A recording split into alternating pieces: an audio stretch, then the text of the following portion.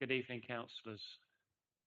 1, 2, 3, 4, 5, 6, 7, 8. Good evening, councillors. Are you going to come and sit down, Councillor Thompson?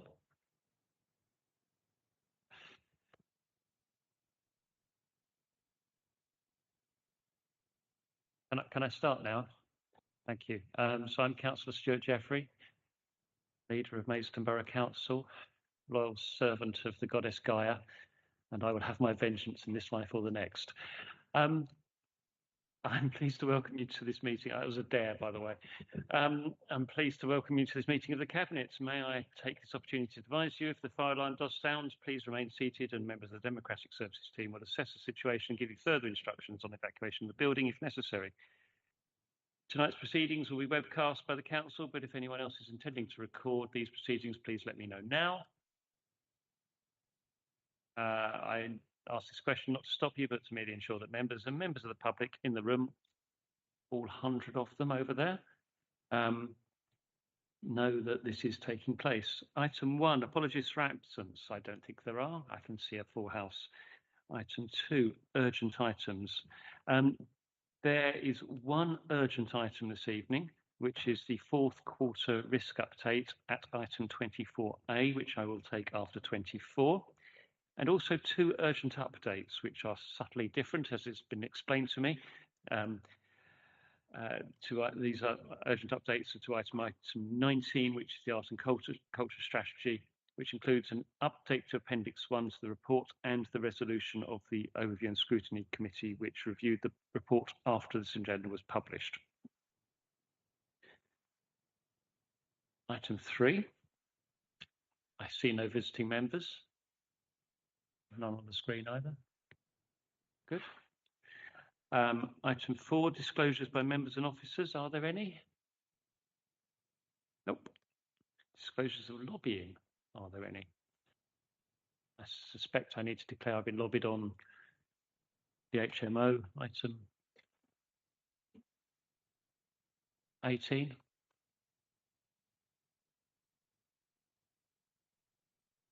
Item 6,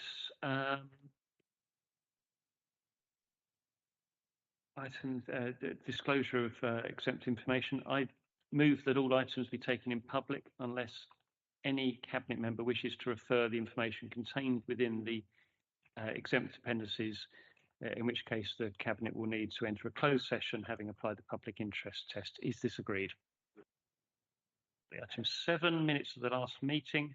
I move that the minutes of the meeting held 18th of June 25 be approved as a correct record and signed. Is that agreed? Agreed.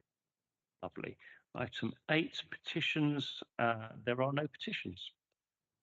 Number 9 is questions from local residents. I have none. Item 10, questions from members. There are none. Item 11, matters referred by another committee. There are none. Item 12, issues arising from overview and scrutiny. There are none. Item 13, matters referred by the Cabinet by another committee. There are none. Item 14, matters relating to service failure or nuisance. There are none. 15, receipt of written representations from members of the Council. There are none. Item 16, forward plan. Do any other members have comments on the forward plan? Excellent. I move that the forward plan be noted. Is that noted? Lovely. Item 17, response of the reports of the Overview and Scrutiny Committee on Planning Enforcement Review. Councillor Harwood, do you want to say a couple of words on this? Yeah, there was some significant discussion within the Policy Advisory Committee, but I think the scrape is set out in the papers and just keen that we get on with it, really. I think this is just a procedural point in the journey, and delivery will come from now on.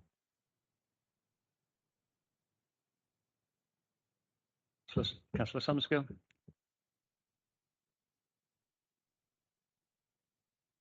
Do we have any update on the frozen post? The update on the frozen post that's mentioned in planning enforcement. Mr. Cornell?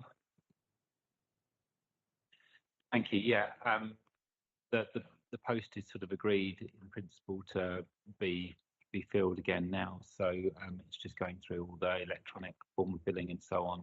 So very much so. Managers will fill that post. Okay, thank you.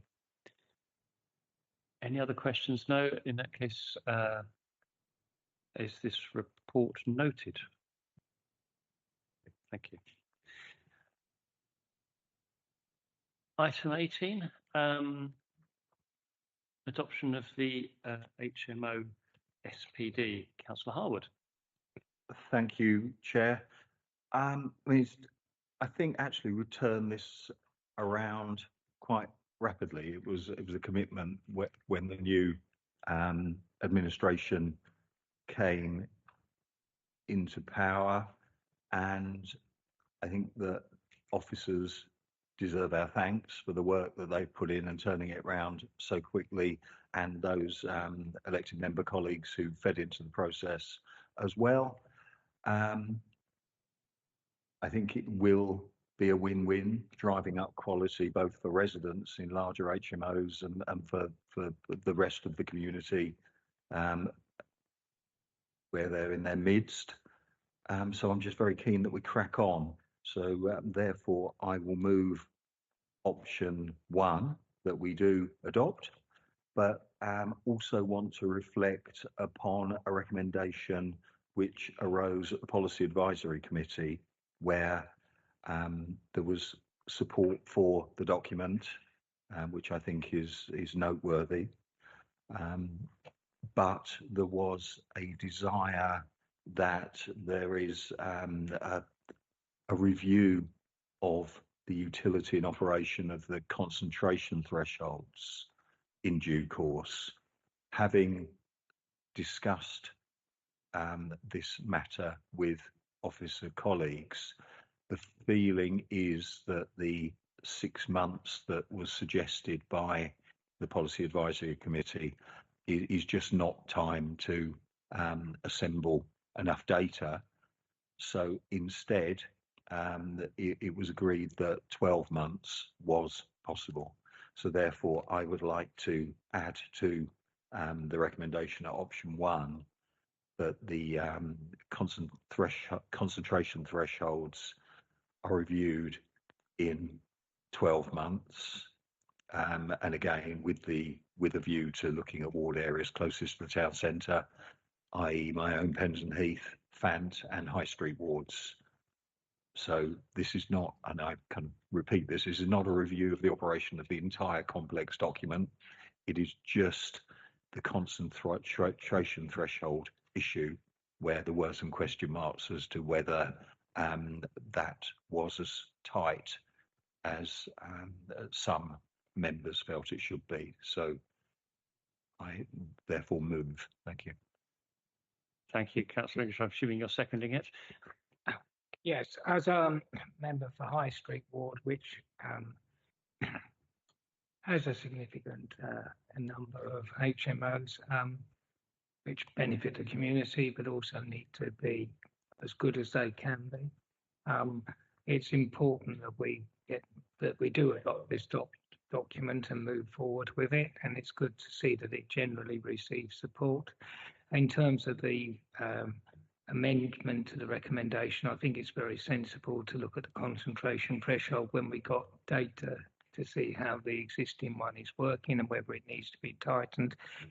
Originally, it was proposed for 6 months, but looking at it, it's just not going to be practical to have the sort of information that members would be looking at if we were hypothetically going to change anything. We simply wouldn't have the information to go on in that shorter period of time. So it would end up disappointing the very people who are advocating it.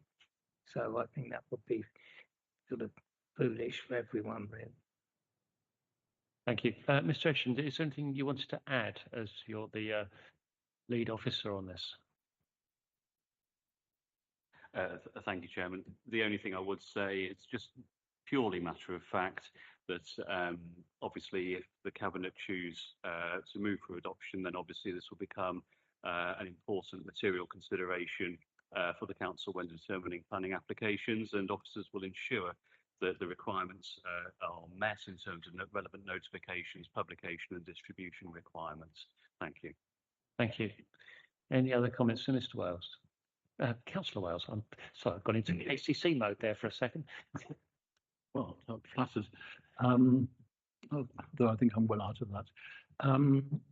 Just to say that I think a year is probably about the right length of time to collect enough data to be of any use.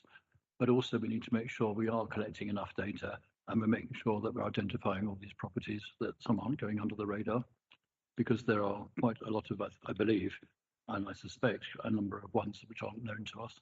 So if we could use that year to make sure we pick up on the rest of them, as it were. Thank you. Any other comments?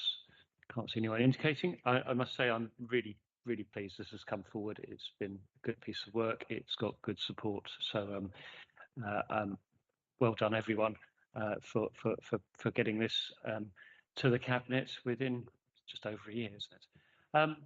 So are we agreed to adopt it? Fantastic.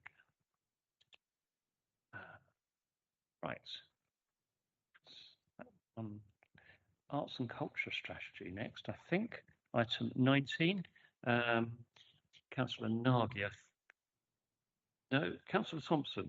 Sorry, Councillor Thompson. You don't do art. Councillor Thompson, do you do art, perhaps? Guilty as charged, Chair. Thank you very much. So with attention to pages 129 and following in our packs, I'm delighted to bring forward the updated Arts and Culture Strategy and Action Plan for its next 5-year period, embracing our vision and priorities. We know that arts and cultural assets have a hugely important part to play in our borough's ambitions, not least because they have cross-cutting implications for the rest of our programme: economic growth, regeneration, wide-ranging benefits to our society, the health and well-being of our residents, and contributing to our sense of place. I am very proud to note at 2.3 that we're able to announce here that Parkwood and Senacre were recently identified as trailblazer neighbourhoods with 20 million of government funding over the next 10 years. We're waiting to see what the criteria for implementing those funds will be, but I'm absolutely certain that the arts and culture strategy will be a key part of our means of putting that money to good use in coordination with community leadership, which we've seen to good effect of late. I'm pleased to remind colleagues that the meeting that we held before Christmas to support Harmony went to great effect, and that funds were distributed today in the community grant scheme, which includes a wide range of our arts and culture organisations, 50% of which I think in today's awards also overlap with important impacts on health and community wellbeing. If I can point you to the updated papers, you'll note that we've reviewed the economic figures on page 134 in your pack. I'm pleased to say that the impact of culture on the UK's finances is 10 times larger than we thought it was when we first published these papers, and Maidstone attracts another 100,000 visits since the previous year's figures, and the annual spend in the local economy connected with tourism has gone up from 284 million to 304 million. So those figures are shown in the papers. I also note with the papers from the PAC recently supporting the arts and culture strategy that there was a request to consider additional public transport from rural areas to events in Maidstone, and indeed we thought about the opposite journey from town to outlying rural cultural activities. I can't speak to the results, but I'm very pleased with the idea that problems that can't be solved by our Joint Transportation Board might be solved through our arts and culture strategy, and I thank officers for their efforts in delivering this. Thank you very much, Mr. Chairman. I commend this strategy to members. Thank you. Councillor English, you seconding this? Excellent. Wouldn't want to undermine tradition. Having had the opportunity due to scheduling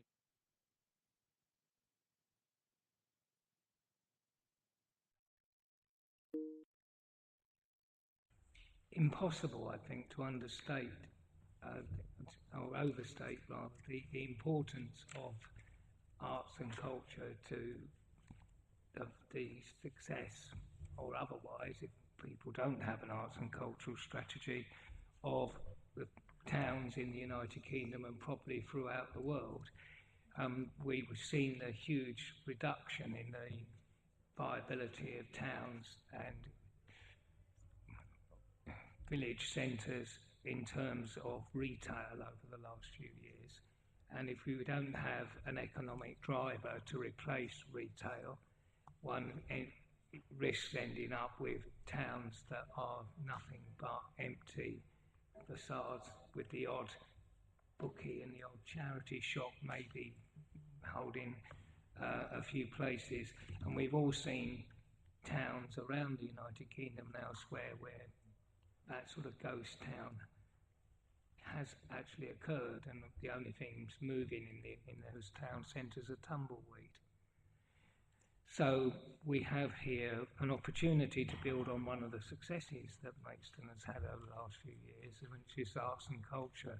There is a tremendous amount happening already in the town. For those of us who are privileged to be at the preview for the Oldham Gallery on Friday evening will know just how successful some of the things that are happening are.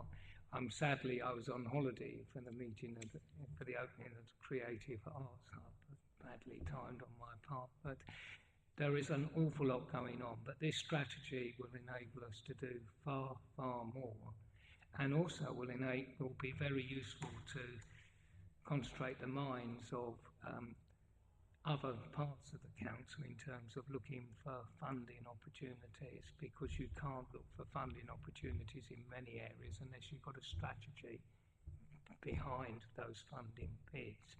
And with this document, we will have a coherent strategy for funding bids. In terms of the amendment from scrutiny from PAC, that was put forward, yeah, that's quite a good idea to look into, but I think, as was mentioned in passing, it's almost as important to turn it round the other way and say, rather than bringing people into the town centre for arts and culture, what is it we can actually take to the village communities and the rural area in terms of art and culture? I was just looking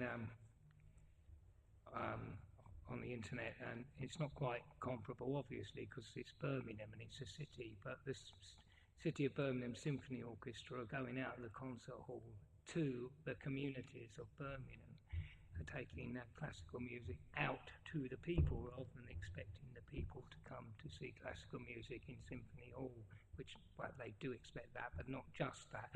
So there's all sorts of models of taking art and culture out to the people, and so perhaps we should also be looking at turning it around rather than just busing or bringing people in by taxi or whatever to the town centre. Thank you.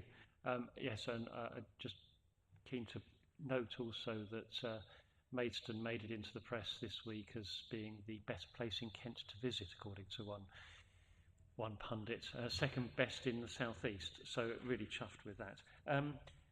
Mrs Woodhouse, before I bring Councillor Harwood in as the lead officer on this, is there anything you wanted to add? Only really to say thank you to the team for the hard work. Anne-Marie put a lot of effort into this, and it's nice to see the alignment with health, and that would be the main comments I would make on this strategy, and thank you for the support.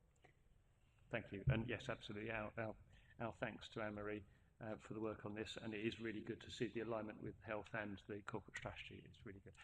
Councillor Harwood. Thank you, Chair. I just wanted to emphasise that point around the fact that the strategy must be cross-cutting and part of everything the council does. I mean, I'm always banging on about this, and I know colleagues are as well, but the cultural identity of Maidstone through the entire 20th and the first part of the 21st century was very much predicated on the old art college, Kent Institute of Art and Design.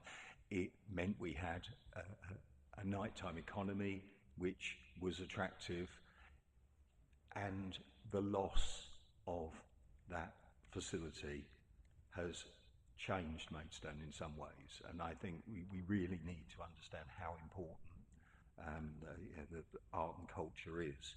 And I think every opportunity through kind of economic development and so on to continue talking about the potential for bringing back a campus to Maidstone, we have to grasp it and we have to be proactive, because I think it's a catalyst to all sorts of change. I think, just looking around the town hall here, we've got kind of leaders in wars and we've got various people, but, we should have Edward Thomas, we should have Edmund Blunden, we should have Alfred Lord Tennyson. We should be marking those cultural icons who were significant to Maidstone. We've got a few that aren't from Maidstone, like Charles Dickens, but we seem to have missed Maidstones, even though arguably they're a lot better than Charles Dickens. So I just think, we really need to think about blowing our trumpet more and regaining our cultural mojo. Absolutely. Thank you, Councillor Harwood. And obviously, Dickens did write about Muggleton in referring to Maidstone. So, and you're absolutely right in terms of the music scene. I think our generation invented house music at the Warehouse in the late 80s. Absolutely. And of course, we do still have the Art College campus at Maidstone Studios, albeit much reduced compared to what it was. I can't see anyone else indicating. So the proposal which has been seconded, is to adopt this policy. Are we?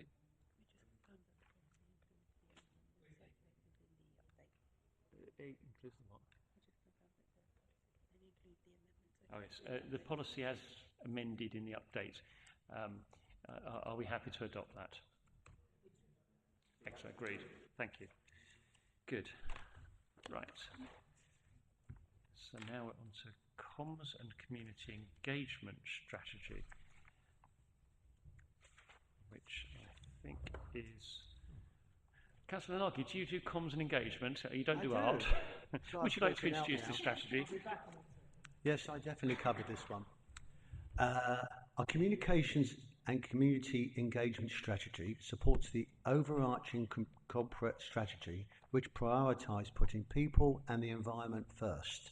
This is the first time MBC has combined communications and engagement into one plan, a change that reflects how closely connected these two work streams are. As the county town of Kent, Maidstone plays a vital role in regional well-being. This strategy aims to build trust, enhance participation, and foster a strong sense of place through inclusive, transparent, and responsive communications and engagement. The strategy is structured around three core priorities: building trust with the community, enhancing community participation and engagement, installing a strong sense of place. Feedback from the Policy Advisory Committee was largely positive. Thank you.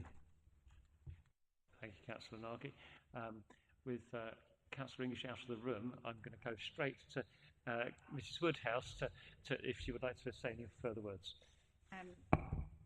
Councillor Nagy's put it very eloquently, but this represents the shift we're having in terms of communication and engagement and building that trust. I think it really reflects our new corporate strategy, our new priorities as a council, and I think we're already seeing a shift in terms of that communication and the different things we've got coming on board. So hopefully that will continue to grow. So really positive move for us as a council. Thank you. And yes, certainly there's been some interesting nuanced communications, which I think has been really, really positive. Councillor Wales, would you like to second it? I'd be more than happy to second it. I've got a couple of observations to make first. Firstly, I see on page 178, there's an infographic to be supplied, which isn't in there yet. Yeah, okay. And secondly, I'm just so pleased to see that we're concentrating on engagement rather than consultation. That was my big beef right from the very start, is that we engage in and by engaging people in what we're doing, having their say early on, rather than, it's a co-production thing really, it's rather than just asking them later, oh, we're doing this, do you agree? I want them to say to us, we want this doing, can you help us? And I think this goes a long way to achieving that. So congratulations, and yeah, more than happy to second it. Thank you. Councillor Thompson. Thank you, Chair. As colleagues will remember, my journey to this place began with protesting about the engagement with the community in one of our ward areas related to a community governance review. And I reflect that good communication and engagement is a joint enterprise between councillors, especially at parish and ward level, the council as a whole, and obviously officers and so forth. And I would like simply but significantly to note the great contrast that I note in the consultation questionnaire that has gone out to residents of Grove Green and Weavering, which is so much more straightforward. The English is clear, the statements that have been put to residents are straightforward, they don't require explanation from folk erudite in the language of councils.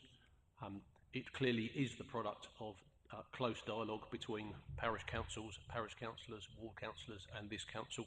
And I'd like to commend everyone whose best efforts have led us to this position where we can not just put forward a policy about communication, about community communications and engagement, but show that there is a step change in the quality of that practice. And I look forward to being able to say far more complimentary things about the process as well as the whatever the outcome may prove to be when this CGR comes to fruition. Thank you. Thank you. Councillor Cox.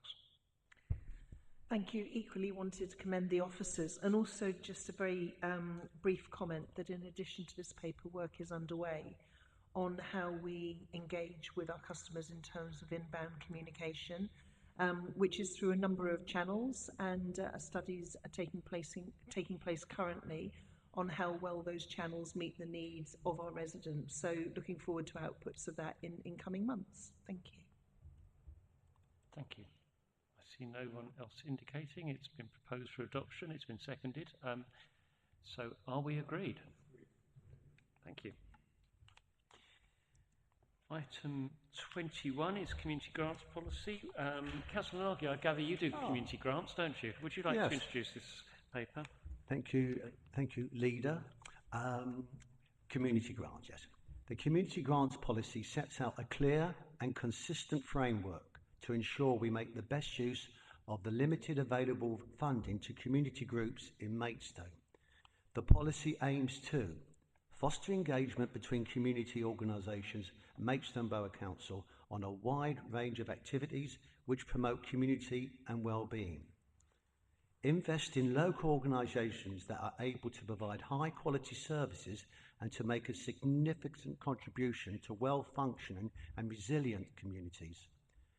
Maximise the impact of council funding by supporting sustainable projects that demonstrate clear outcomes and value for money.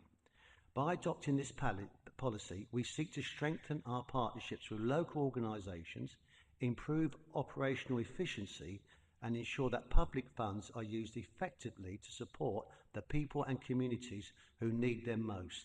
Thank you. Thank you, Councillor Nagy. I assume you're moving the recommendation to adopt this. Mrs Woodhouse, is there anything you'd like to add? No? Lovely. Oh, Councillor English, are you seconding this?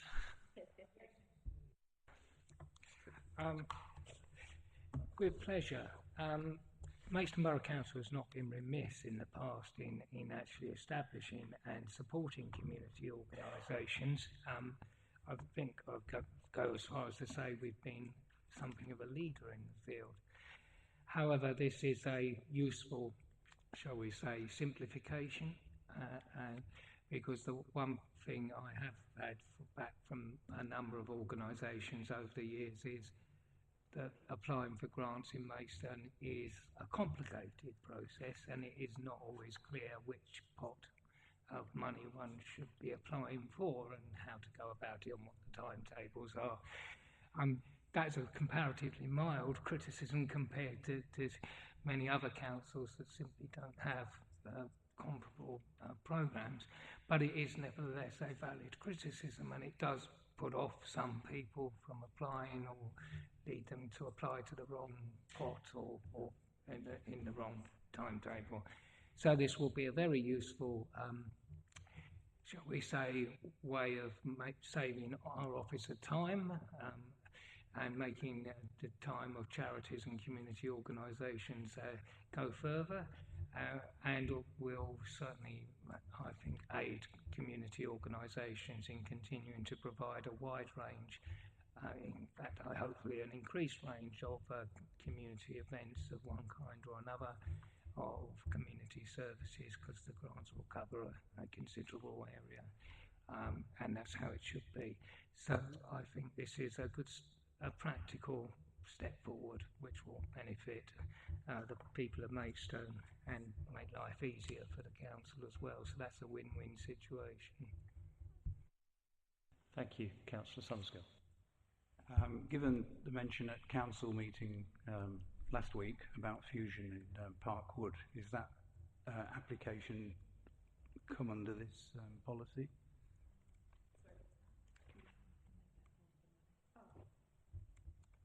So, as they're part of our voluntary and community sector, depending on the grant scheme, I mean, each grant scheme will have different eligibility criteria, but they have successfully bid in the past.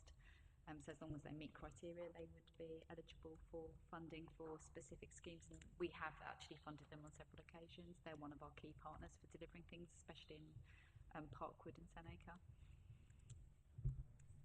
Thank you. Any other questions, comments? Again, I'd like to thank officers for putting this report together. Appendix 1 has been proposed and seconded. So are we agreed? Thank you. Okay. Item 22, Community Resilience Fund. I think that might be Councillor Nagy. I think you do community resilience, I don't am you? the chosen one this evening. You are chosen. An annual sum of £60,000 has been allocated to deliver grant funding to support resilience in the community as part of the corporate strategy. The council has supported projects and initiatives with this focus for some time, recognising that resilient communities are stronger, safer and healthier communities. Examples of some of the past projects supported are highlighted at paragraph 0.23 in the report. They include increasing access to counselling services, provision of warm spaces, and a breakfast club for older men suffering loneliness and isolation. The Community Resilience Fund will remain focused on projects that improve the health and well-being of local communities.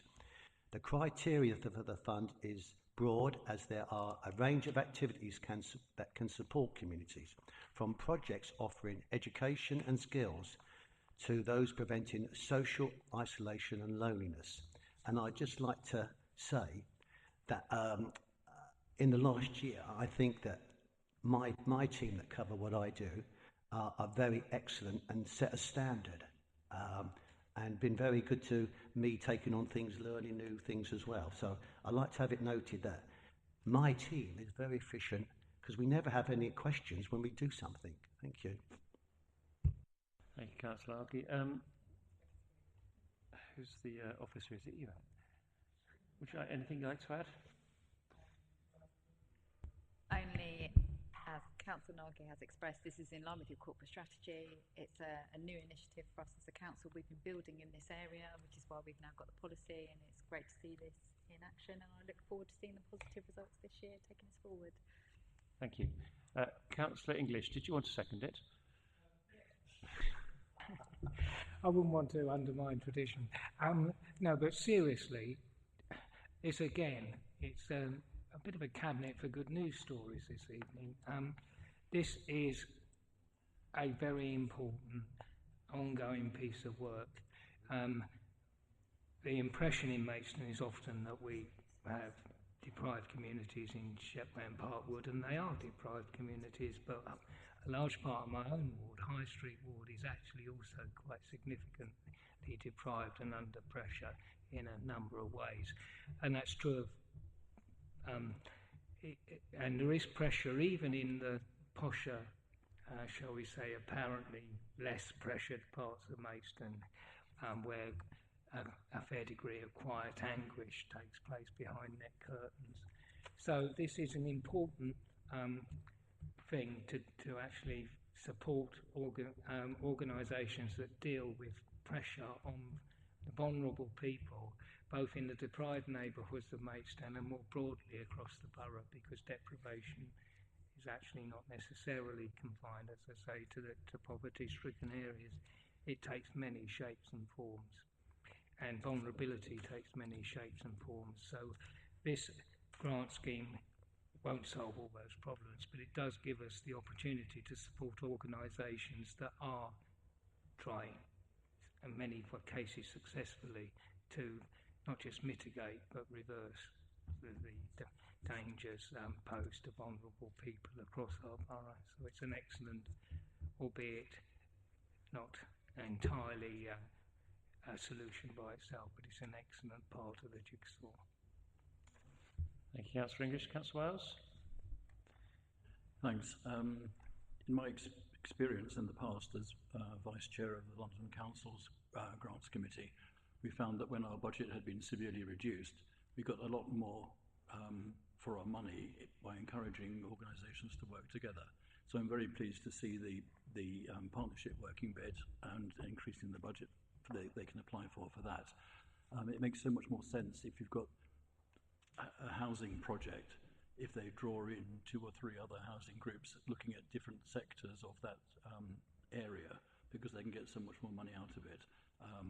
If we had Thames Reach working with Stonewall and other organisations like that, Albert Kennedy Trust and things like that, just to bring in so much more knowledge and information in that area.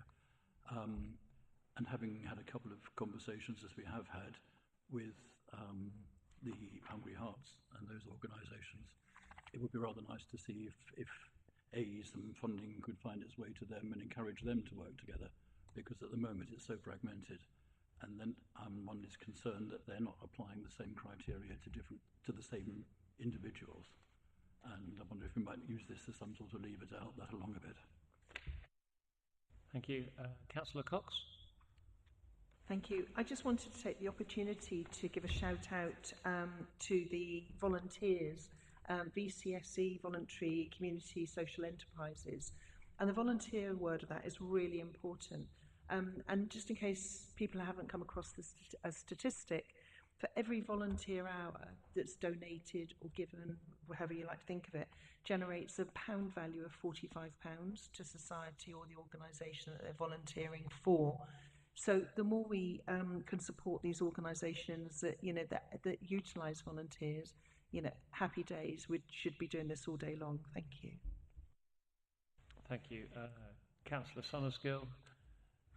Yes, with my ward hat on, we have warm hubs in Marden and Nettlestead, which are supported by Parish Council but put in place by businesses in the area. I'm just wondering whether sometimes the Parish Council helps fund those. Are Parish Councils able to apply under this, or is it the organisations that are working within the area? Mrs Woodhouse, do you want to answer that? Yeah, we've definitely had parish councils apply in the past, and we have funded. So yes, I think they can, especially if they meet the criteria we're looking for. And we've definitely funded their equivalent of community larders and things like that. So and warm spaces, and we've done a lot with parishes. We relied on them a lot in the pandemic, and we did fund different initiatives. So yeah, they could definitely apply. Thank you. And then Councillor Thompson, and then back to Wales. Thank you, Chair. And before Councillor Harwood makes his contribution on this item, I would just like to acknowledge that there's been a great improvement in the detail and assessment of cross-cutting issues and implications in our papers over recent months. And in that vein, I'd like to challenge what we have on 208 under biodiversity and climate change that simply says there are no implications. That is somewhat balanced by the point about people and planet in the paragraph in the box following, but nevertheless, I'm not sure that there are no implications. And then over the following page on public health, we recognise the recommendations will not negatively impact and so on. Well, indeed, they will positively impact because this is the nature of our interwoven strategy. To be lively serious about this point, I have noticed that with the arrival of new councillors in the upper tier authority, that they have proven pleasingly willing to embrace the challenge that community resilience is a heading that they would do well to pay careful and serious attention to. I know of two of our new councillors who have taken that message away. This is a way, this interwoven network synergised strategy showing our cross-cutting commitments to health and well-being down to the parish level demonstrates the soundness of our corporate strategy about some big ticket items such as including policies for net zero that are persuasive to those sceptical folk, and therefore I'm pleased to add my voice in supporting this excellent policy. Thank you. Thank you, Councillor Thompson. I must say I've seen the opposite in terms of Kent County Council, in terms of their commitment to resilience with their scrapping of the net zero work and also the refusal to engage with improve actions to prevent violence against women and girls. So I'm glad you've seen some positives there. Councillor Wales. Just briefly to come back on this point of parishes applying for it, I think sorry, it's not coming through. It's coming through very loudly in my head. Sorry. Just to touch briefly on this question of parishes applying for it, I think they would be fine if they were passporting the money on to an organisation within their area, but not necessarily for a parish council activity.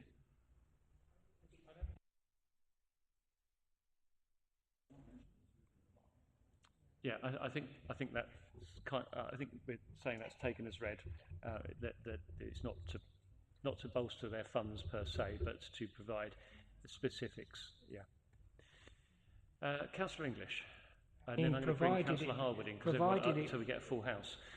I mean, the principle in the past has been precisely that if a parish council is running something like a food bank or food larder or a warm space or whatever that meets the programme, which is a one-off defined category, rather than it going to their general revenue account, then it's perfectly acceptable and legitimate, and there's no reason not to do it, but just because they're a parish council. But obviously they wouldn't be allowed to just use it to subsidise the precept. I mean, that would be totally unacceptable. I don't think it needs to be. I think the criteria cover that. It says constituted bodies. Do you want to just go by the microphone? It comes under constituted bodies.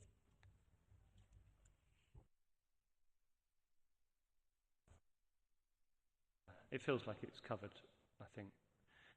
Okay, right, long debate, that's good. I can't hear any voices of dissent, so we've got a proposal to accept the report as per Appendix 1.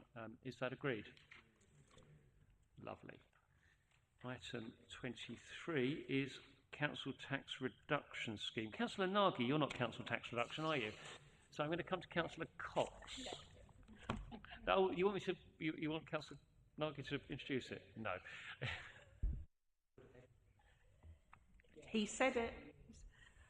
So I'm really pleased to bring this paper. Thank you to Zoe Kent for all of your support and hard work on this. We've had a council tax reduction scheme in place for those on low incomes since 2013. And this scheme for Maidstone amounts to just under £12 million a year, with most of that cost being borne by the major preceptors, so KCC, Kent Fire and Rescue, etc. This report proposes a consultation on changes to that scheme for 26-27. The current scheme gives a maximum discount of 80% on council tax, meaning that claimants pay up to or just 20% for those that qualify. This still represents a significant amount for those under severe financial pressure, and greater collection effort often results in cost, but actually no outcome, because if you have no money, you have no money. Other local authorities are also looking at the maximum discount currently for similar reasons. So previously, Kent County Council provided a subsidy to Maidstone Council as the collection authority to defray the costs of administering this scheme. And that support was withdrawn in 25-26 and is not likely to be reinstated. The consultation proposes a higher rate of support of either 90 or 100% to alleviate financial pressures for those claimants, especially where 100% support is provided, and that would also avoid the cost of collection altogether. The net cost to Maidstone Council of this additional support takes into account a reduction in the uncollectible debts, and staff savings is estimated to be £136,000 a year. What I also wanted to point out, in table 3.3, you'll see there's also a rebanding. So as people fall into different bands, if the discount changes, that people effectively move from the right-hand side of the banding to the left. So more people fall into it. So taking that into account. So you're recommended to support the proposed consultation. Thank you. Thank you. Mr. Green, is there anything you'd like to... sorry, Mrs. Kent. Anything you'd like to add? Thank you, Chair. I'll just add that it's always good practice to consult, and we can't change the scheme without consulting. We have a letter prepared to go to the major preceptors, which will be sent by the Chief Executive, and we're ready to consult with the public, and we will try to consult with as many of the benefit claimants as possible by email and by post. And we're proposing that bands 2 to 5 should increase by 10%, so that those that are working get more support to help them. Thank you. Thank you. I do hope we can increase the support for those who are struggling most. Councillor English, I'm guessing you might want to... This is actually a question before Okay. I second. Given Reform's stated position nationally is basically to knock council tax reduction schemes on the head, we can probably anticipate an objection from the county council to what we're proposing to do. Are we in a position where we will be able to proceed with if they do strongly object? Mr. Green or Mrs. Kent, would you like to answer that? As the collection authority, we have the authority to design the scheme. We would clearly be paying attention to what's happening elsewhere in the county, as has been alluded to. Consultations along these lines are happening in several other authorities, but in the end it's a decision of this council. Thank you. So even if Kent County Council did object, given their stated national position is quite likely, we could still proceed. Yes. Good, fine, then I'll second the proposal. Fantastic. Any other comments? No, brilliant. Okay, so the proposal is to consult on making changes. Are we agreed? Fantastic. Item 24 is the medium-term financial strategy. Councillor Cox.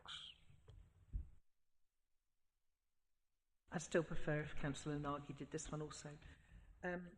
So, the medium-term financial strategy sets out in financial terms how the Council will deliver its strategic priorities, and this report describes the issues and risks involved in preparing the MTFS for the next 5 years and sets out a proposed timetable.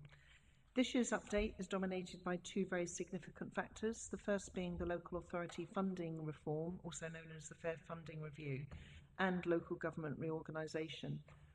And just pausing for a second on the Fair Funding Review, We know there will be different scenarios and those are being assessed, but also we know that the settlement will be over a 3-year period, which is a slight positive because at least it gives us the ability to look out for 3 years rather than the previous scheme, which was 1 year only. The first of these, the Fair Funding Review, will mean a reduction in funding to district councils like Maidstone, although the exact amount yet remains unclear. The government has launched a consultation on the Fair Funding Review with a deadline of 15th of August, alongside a separate consultation on changes to council tax administration with a deadline of 12th of September. And as an additional recommendation to what's in the paper, you're asked if you would approve Mark Green and Kathy Cox basically drafting the council's response to those consultations. Local government reorganisation means that we may only be planning for 2 years, 26, 27, 27, 28. We've also made, or we're going to be proposing that this year we'll produce a 2-year budget to align with that remaining term that it's likely that we will have. Our external auditors, Grant Thornton, nevertheless advise that we should continue to plan ahead as normal, and their advice is attached as an appendix to this report. As usual, projections will be on a range of different scenarios. We use a four-way grid at the moment. We talked about whether or not we should go into a nine-way box, but 4 it is, depending on how funding reform and local government reorganisation are delivered. So you can see the possible scenarios on table 2, 3, 4. And when you look at those, it would be a brave leap to, at the moment, with some unknowns, to move away from scenario 4, which is the one that's most prudent, most conservative. And so currently the council's planning to make its financial plans and set the budget parameters according to scenario 4. Officers will be considering how a potential 10% reduction in resources could be managed, while retaining the flexibility should those savings not be required urgently. I think that's all I was going to say. You're recommended to propose to Cabinet. That's it. 1 second. Notes the issues and risks associated with updating the medium-term financial strategy. Thank you. Thank you, Mr. Green. Is there anything you'd like to add? No, thank you. Yes, the future looks bleak. We are in austerity 2.0. The failure of the allegedly Labour government to bother to tax the wealth of the billionaires that keeps increasing is frankly utterly frustrating. So we must prepare as a result. You want to come back? Just very briefly, just to restate the recommendations, is to note the issues, as I said, but also to approve the approach and timetable for the development of the updated medium-term financial strategy for 26, 27, 27, 28, and a budget for 26, 27. Yeah, absolutely. Councillor Wales, then Thompson, I think I saw.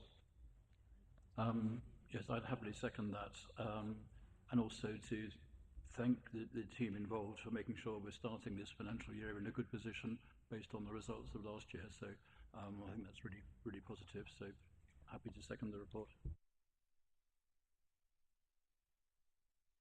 Good.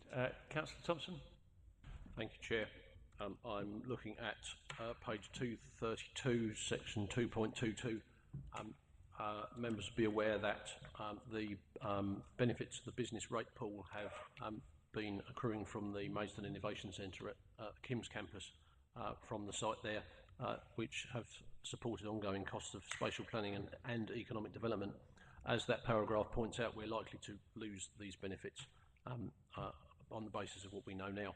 I was pleased to be with Officer Mr. Cornwall and Chris Inwood this afternoon.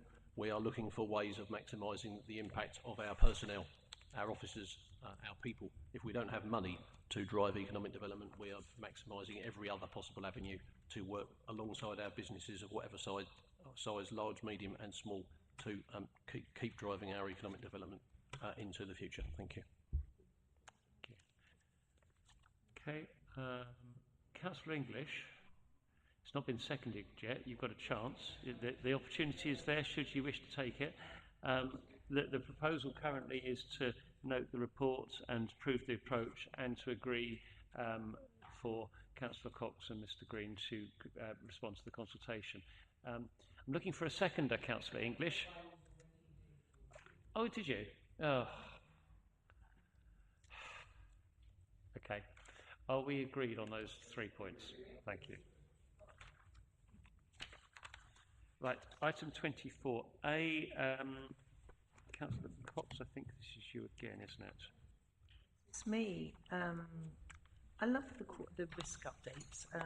This is the fourth quarter risk update, and updates to the corporate risk register are now being reported as a standalone item in order to give it due consideration to risks. And you'll remember a review of the Council's corporate risks was carried out with the Cabinet and wider leadership team in May 25 in this very room, facilitated by consultants Barnett Waddingham, who also focus on actuarial risk, and KCCUs for administration of their pension fund. A bit of trivia. This is the corporate risk register. There's a separate operational risk register that's managed elsewhere. So we have an updated corporate risk register. It's summarised on page 285. In terms of highlights, the corporate risks are described in detail in Appendix A, starting on page 281. The risk of a cyber attack is the top risk, and that was widely debated and arrived at in our workshop in May 25. And following that, the rising costs and administration of temporary accommodation, and then finally local government reorganisation. Mitigations are in place for these and other risks described in Appendix A, and the risk workshop helped to identify emerging risks and external threats beyond the existing identified risks. They're described on page 287, so effectively horizon scanning. You're recommended to note the risk update. Thank you. Thank you. Mr Green, is there anything you'd like to add? No. Just one quick comment from me. Whilst the risks are in order of size, the mitigated risks, clearly the climate one is slightly higher than the local government reorganisation once mitigated, but they're all pretty much of a muchness. Any comments? Anyone would like to second noting this report? Oh, Councillor Nog is seconding the report. Fantastic. Brilliant. Councillor Cox. I'd just like to add, I found that session in May really useful, and risks change. And if we have an opportunity to repeat that next year, I think that would be a really valuable thing. Yeah, it was a very good session, and despite the fairly dry topic, it is really quite interesting and was very worthwhile. So well done for putting that on. Thank you. Okay, I can't see anyone indicating. So do we agree to note this report? Thank you. Right. Item 25 is Councillor Wales. It gets the interesting Finally, bits at the very end. Councillor Wales. Right, okay, so this item relates to the identification and proposed acquisition process of a suitable public gypsy and traveller site with the aim of delivering up to 15 new pitches. The delivery of additional sites remains a key Cabinet priority to address the shortfall in available pitches, as highlighted in the recent gypsy and traveller accommodation assessment. The report covers the intended process, timeframe and methodology of identifying a suitable site and stakeholder engagement required to deliver that successfully. It doesn't identify a site, it's the methodology leading up to that. Future funding sources have been identified and they're in the exempt paper, so if you need to discuss those, you may need to or will need to go into closed session. But it's not known at this stage whether any grant will be available to assist in the delivery of the site, i.e. from Homes England or other sources. Once a site is identified and acquired, MBC will manage and deliver the services as it does currently to the 2 other sites held in our portfolio, and these homes will be counted in our affordable homes totals. Thank you, Councillor Wales. Mr Corner, is there anything you'd like to add? Yes, thank you. Just one thing. In terms of the fourth recommendation, it's just worth highlighting that it's really good that we've done all the work to bring the report forward and the ideas as to how we're going to approach the project. But it, will be contentious, it will be sensitive, and the success of it's going to really depend more so for this scheme, on ward councillors, parish councils to lead and bring forward the right site, because ultimately it's going to be yourselves and the parish councils that got the intimate knowledge of the geography of the borough, and I think that's going to be the key to making it all happen. So it won't be straightforward, but if we've got that assistance and a ward councillor or parish council really steps forward and says they're going to work alongside the officer team, I think we can make this happen. But it's a little bit different from our regular housing schemes, where we've got a very sort of expert new business team that can identify the opportunities and bring them forward. We can do that sort of in isolation, but this scheme is a little bit different, and I think it requires a lot of collaboration to make it happen. Thank you. Councillor Harwood. Thank you, Chair. We have an evolving development plan document which still doesn't carry a significant amount of weight, but it is a very helpful aide-memoire in terms of design and site layout, which responds to both the challenges that this community faces and some of the planning issues. It talks, for example, about the facilities and so on that are required. And I think when we do look at sites, there are opportunities to think outside the box, to look at the potential of combination with biodiversity net gain type sites, where so you can get good screening and it's locked in for periods of time. I mean, if you take, for example, both of our existing public sites are both set in areas of high biodiversity by the Belt at Stalbridge and in Kingswood at Water Lane. So I think there is the opportunity for kind of multiple benefits which link into that issue around kind of screening and so on. I think the other issue which comes out time and time again is within the Gypsy and Traveller tradition,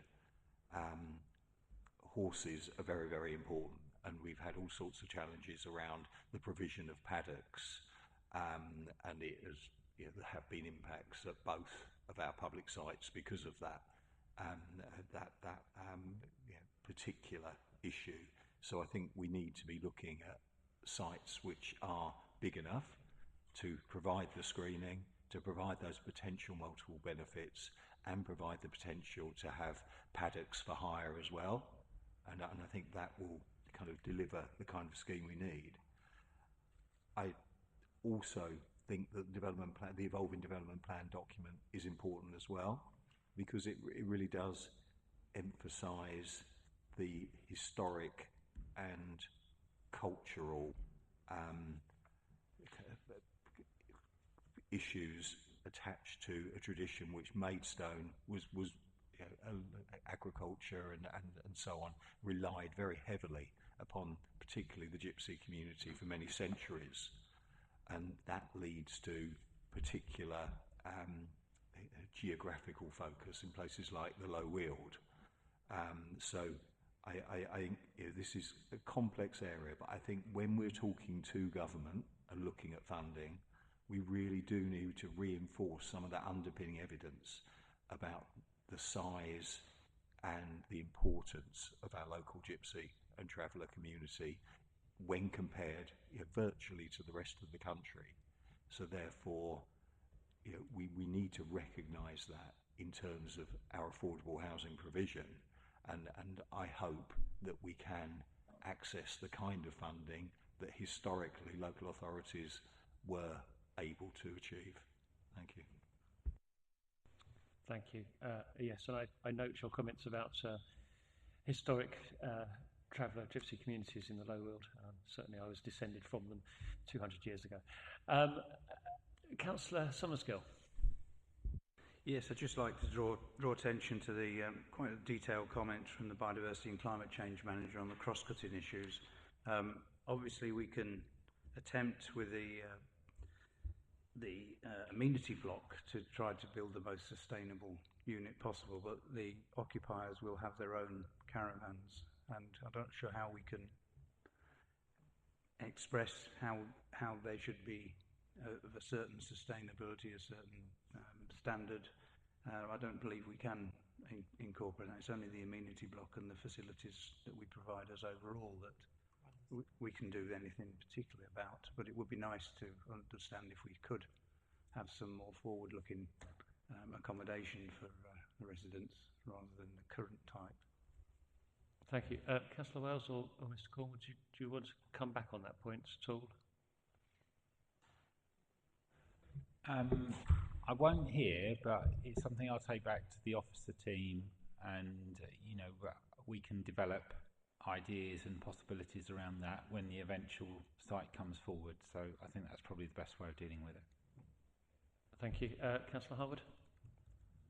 Thank you, Chair. I mean, if I can help, I think we're looking at public sites, so therefore the land holding we would manage, and there would be all sorts of different ways of doing things to encourage landscape and biodiversity enhancements. However, planning committee, in terms of planning applications, is now conditioning things like back tubes on utility blocks and native landscaping schemes and so on. And actually some of the schemes that I'm aware of have responded to that, and they've been quite successful. So I think, with appropriate planning and an appropriate negotiation, we can deliver some of these integral enhancements that we're achieving already, and we are quite practiced in delivering within the settled community applications. Thank you. I've got Councillor English and then back to Sumsgill. Councillor Harwood sort of points out that this is part of the jigsaw, but it is the part of the jigsaw that gives us the opportunity perhaps to put the other bits together into some sort of context. We can, we have to grasp the nettle, because this council has been putting off this discussion of public site, additional public site, for quite some time, because yes, there are going to be short-term controversies about wherever that site is. And in practical terms, not doing it gives us all sorts of greater problems. So we need to do that. But it does give, having this document and identifying a site and bringing it forward does give us the opportunity to try and draw the biodiversity, the planning issues, the site management issues together in a way that if we weren't identifying the site and running it ourselves, we wouldn't be able to. So it is an opportunity rather than, well, if it's an opportunity if we take it. If we don't, then it will just be another rod for our own back. Thank you. And Councillor Sumsgill? Yes, also my comment was more about thermal efficiency of the caravans rather than the site itself.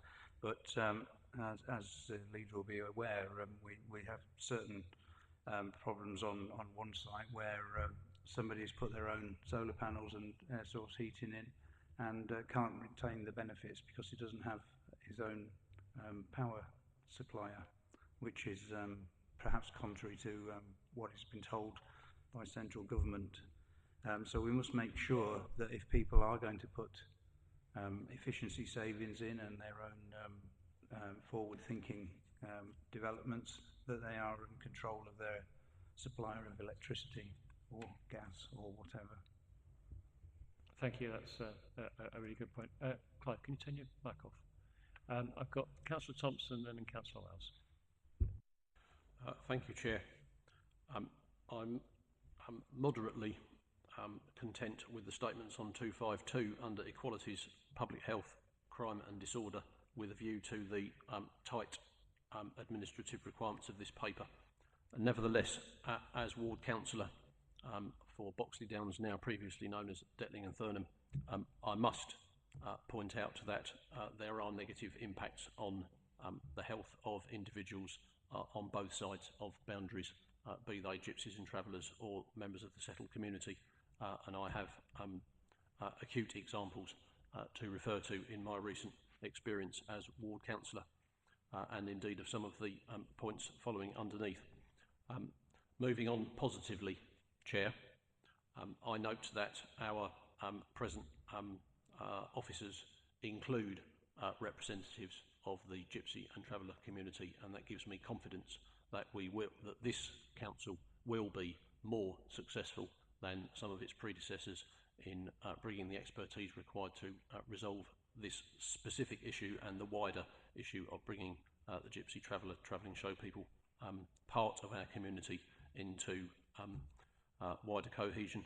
And I welcome the points made in the crime and disorder paragraph about engagement with parish councils, ward councillors and other stakeholders to address concerns and build trust through this process, which is repeated at recommendation 4 on page 259, which I believe we're about to move on, that we contact parish councils and ward councillors seeking support for proposals outlined in this report.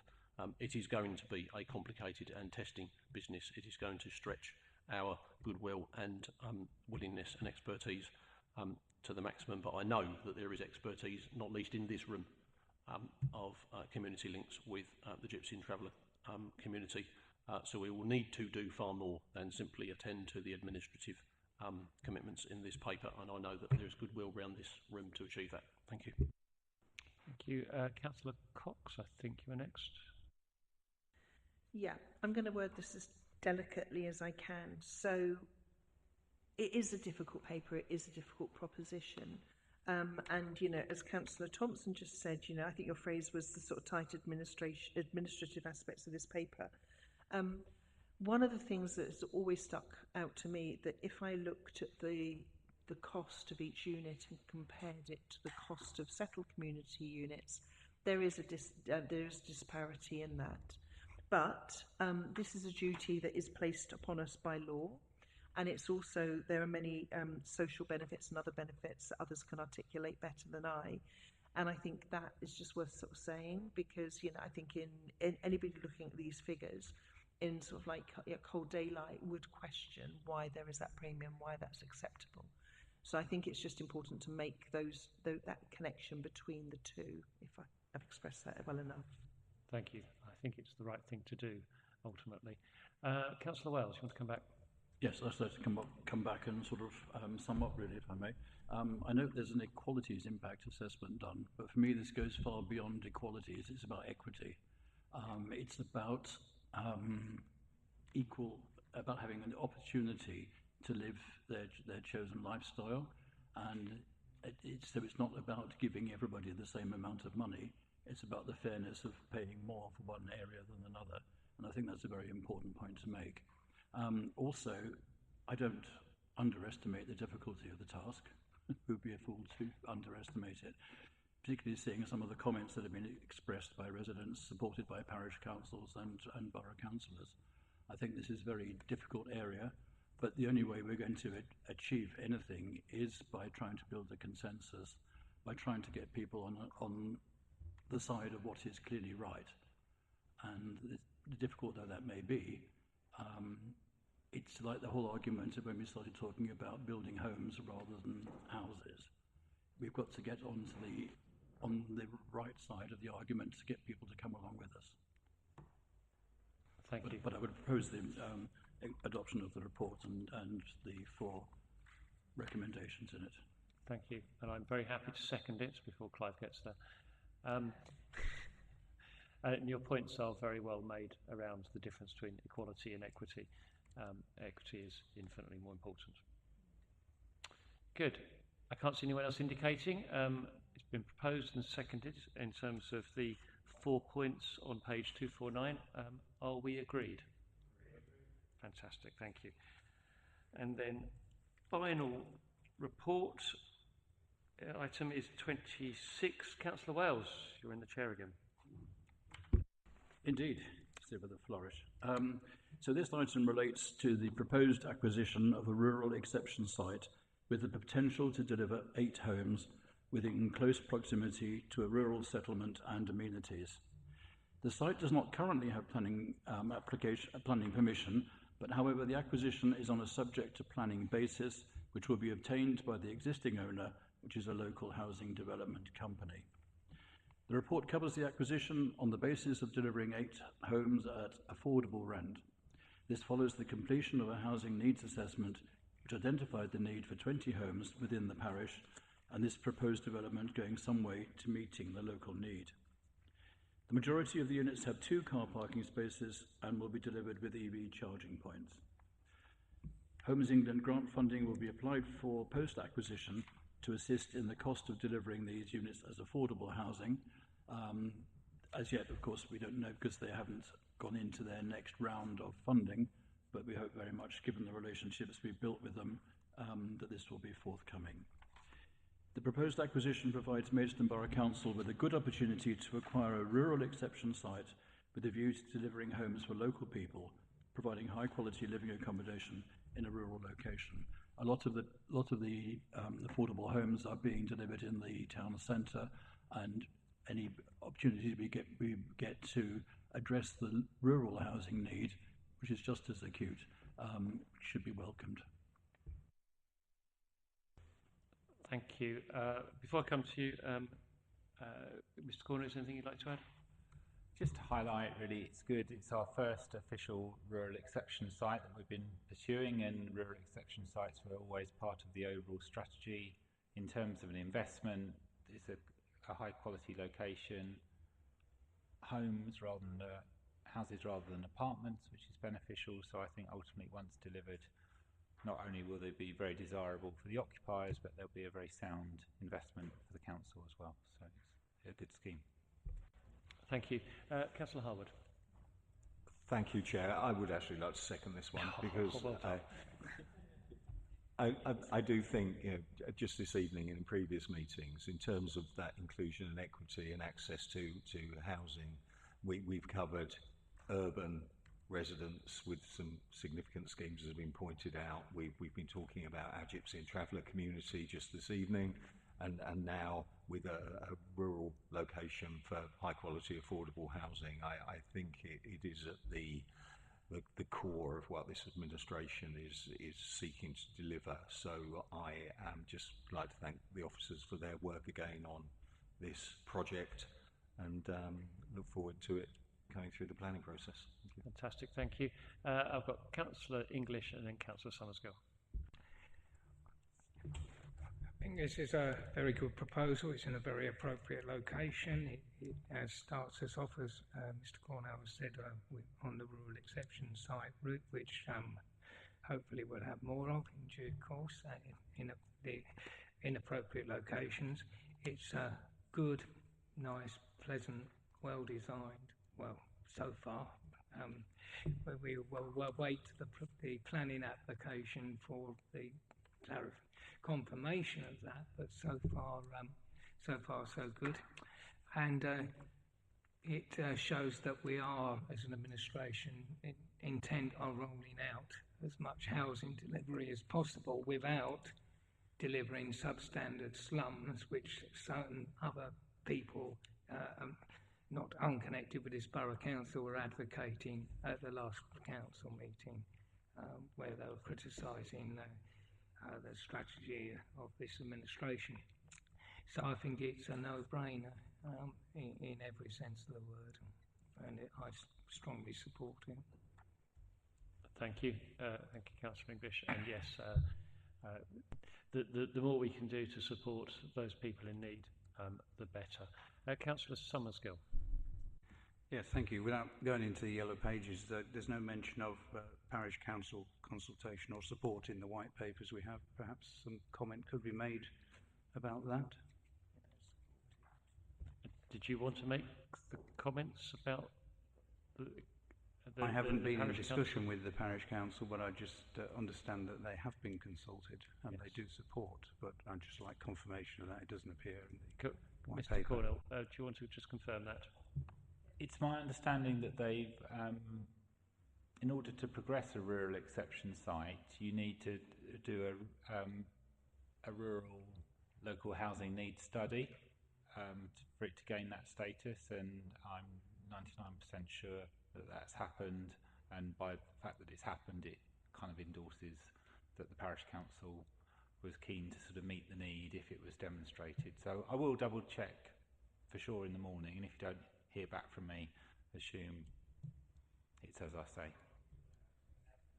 Can't really do a housing and study of that type without at least the acquiescence of the parish council. So. Correct. Thank you. Mrs. Humphries here is agreeing with with just in case you didn't notice. I've been dying to say that all evening. Right. Is anyone else? No one else is indicating. So we've got a proposal here with on page 262, 4 points. I think it's been proposed and seconded. So are we agreed? Thank you.